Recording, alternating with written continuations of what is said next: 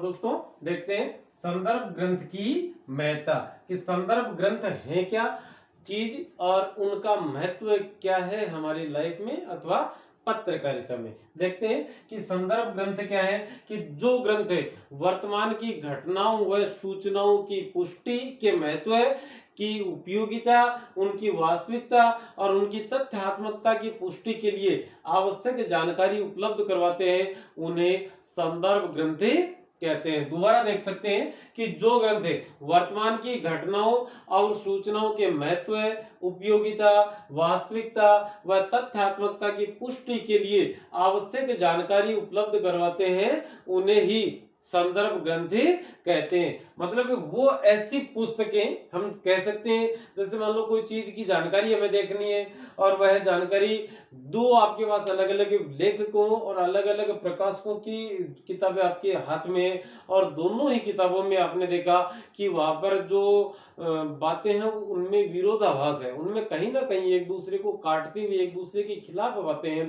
तब हम बात करें, तब हम ऐसी पुस्तकें देखते हैं जो प्रामाणिक हो, जिनको हमारा विभाग या हमारी सरकार के द्वारा प्रामाणिकता प्रदान की गई हो और उनमें यदि किसी चीज की पुष्टि होती है तो उससे हम संदर्भ ग्रंथ के रूप में मान सकते हैं। अंग्रेजी में आपने एक नाम सुना होगा रेफरेंस बुक, वह रेफरेंस बुक ही संदर्भ ग्रंथ माने जाते हैं। इससे क्या होता है, कोई भी घटना है या सूचना है उसका महत्व क्या है। जैसे अमेरिका के राष्ट्रपति भारत आए हैं, अमेरिका के राष्ट्रपति भारत आए तो भारत आने वाले वे कितने नंबर के कौन से राष्ट्रपति हैं, इससे पहले मान लो अमेरिका में 50 राष्ट्रपति हुए तो 50 में से कौन कौन से राष्ट्रपति भारत आए, किसी राष्ट्रपति के द्वारा एक से अधिक यात्राएं की गई हैं या कम से कम समय में, और उनकी जो यात्रा का जो अंतराल है वो कम रहा है, किसी राष्ट्रपति के द्वारा एक दिवसीय, 2, 3, 4, 5 दिवसीय यात्राएं की गई हैं,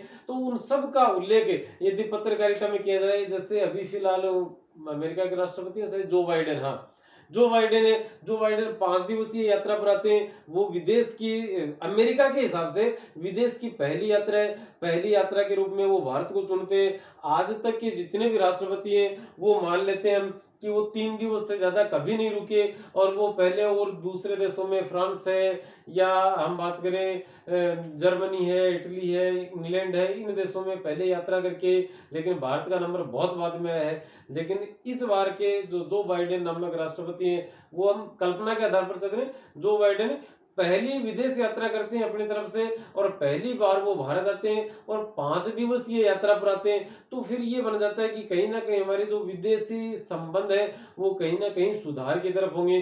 अन्य या हम उनको बार बार न्योता दें फिर भी न आए तो हम ये लगे हमें महसूस करते हैं कि कहीं ना कहीं जो विदेशी संबंध है, आपसी संबंध है दोनों देशों के मध्य, वो कहीं ना कहीं और उनके बीच में दरार आ रही है, छिटक रही है। तो किसी समाचार या किसी घटना का महत्व है, उसकी उपयोगिता, उसकी वास्तविकता, उसकी तथ्यात्मकता या हम बात करें उसकी प्रामाणिकता, उसकी प्रामाणिकता के लिए और संदर्भ ग्रंथों की जरूरत पड़ती है। हम किसी क्षेत्र विशेष के बारे में मान लो कृषि उपज की बात कर रहे हैं, एक जिला ले लिया या किसी एक जिले का कोई ब्लॉक है कि आज से 10 साल पहले वहां पर बाजरे का उत्पादन इतना हुआ था, 9 साल पहले इतना, 8, 7, 6, 5 लगातार, और हम साल दर साल और यदि वहां के बाजरे या किसी भी एक जिन्स या किसी भी एक फसल के उत्पादन का विवरण लिखते आते हैं, उस समय हर वर्ष जितनी बारिश हुई उस बारिश का अनुपात भी सारी चीजें या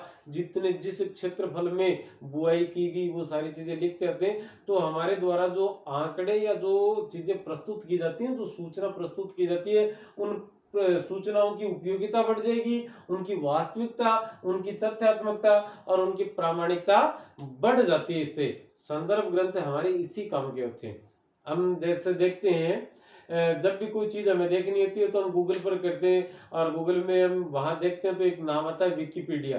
तो विकिपीडिया में और किसी व्यक्ति विशेष या किसी स्थान विशेष, किसी घटना विशेष की एक मूलभूत जो बुनियादी जानकारी दी जाती है, वह जानकारी भी और रेफरेंस बुक के नाम से हम मान सकते हैं। क्योंकि वह एक ऑनलाइन माध्यम है इसलिए बुक का रूप न देकर उसे रेफरेंस के रूप में प्रयुक्त कर सकते हैं, सॉरी रेफरेंस के रूप में उसका इस्तेमाल कर सकते हैं, लेकिन उसे रेफरेंस बुक नहीं कर सकते।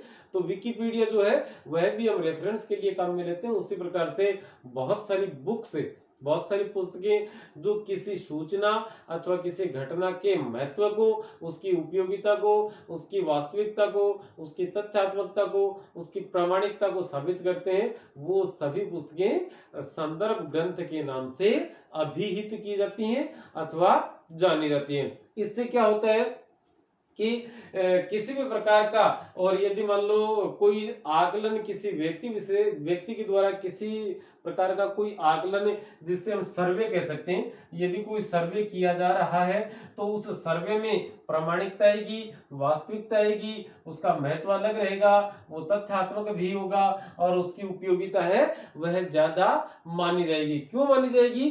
क्योंकि संदर्भ ग्रंथों के मुताबिक या संदर्भ ग्रंथों की आंकड़े जुटाकर और पत्रकारिता के माध्यम से वह व्यक्ति विशेष अपनी रिपोर्ट में या अथवा अपने लेख में अखबार के माध्यम से जनता तक प्रस्तुत करता है, तब जनता को इस बात पर या पाठक को इस बात का विश्वास करना पड़ता है कि उस किताब से के पेज नंबर इतने से इस व्यक्ति ने यदि जानकारी दी है तो वह जानकारी सही ही होगी। यदि बरसात की बात करें, 10 साल पहले बरसात कितनी हुई थी, आप कई बार देखते हैं ना कि जयपुर में बहुत तेज बारिश हुई, पिछले 50 साल का रिकॉर्ड टूटा।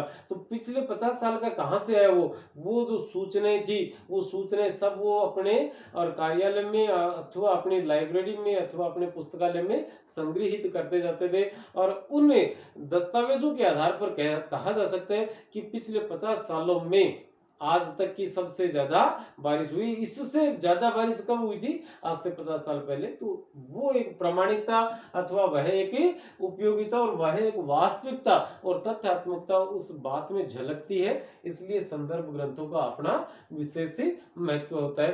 तो दोस्तों, इस पाठ में इतना ही। हम बात करें रिपोर्टाज के बारे में, पिछले सत्र में प्रश्न पूछा गया था, डायरी से पूछा गया था, यात्रा वृत्तांत से पूछा गया था। संदर्भ ग्रंथ की महत्ता एकमात्र बचा हुआ विषय था, और इस विषय के बारे में आप थोड़ा सा और ज्यादा तैयार कर लें तो मैं उम्मीद करता हूं कि बोर्ड परीक्षा में आपको यही प्रश्न देखने को मिलेगा। और आपके यदि पूर्ण रूप से तैयार है तो कोई वजह नहीं कि परीक्षक आपसे खफा हो, आपसे नाराज हो और नंबर कहीं ना कहीं काट दें। तो दोस्तों, मेरी शुभकामनाएं आपके साथ हैं। आप अपने इस यूट्यूब चैनल से जुड़े रहें। तब तक अगला वीडियो जल्दी लेकर आते हैं। तब तक के लिए नमस्ते, शुक्रिया, धन्यवाद।